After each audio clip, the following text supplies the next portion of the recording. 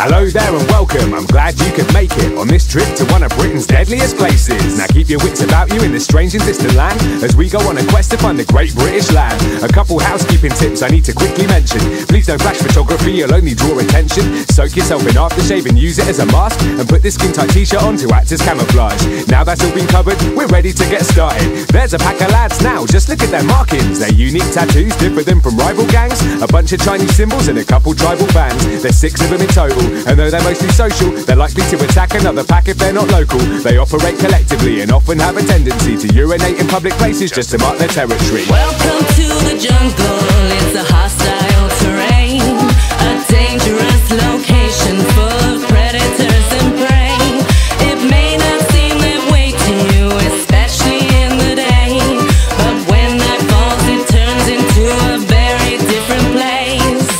Let's take a closer look at this group in particular. Hands up anybody here who knows this bit of trivia. What 2 traits does the alpha male exhibit? Yes, you at the back. He's the loudest and the biggest. Correct. Now in this group, Gav is the leader, and he's in charge of all the beta males who are weaker.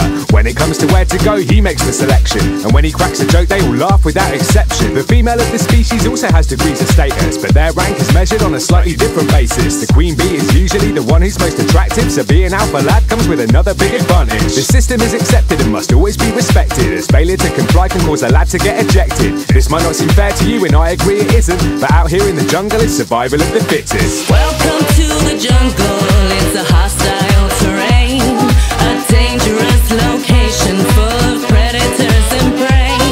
It may not seem that way to you, especially in the day, but when night falls it turns into a very different place. Now I know that you came here for one main reason, to see the British lad during mating season. And now that he's drunk enough, it only seems right to try and find a partner to take home for the night. There's more men than women, which is always the way, so they engage in a complex courtship display.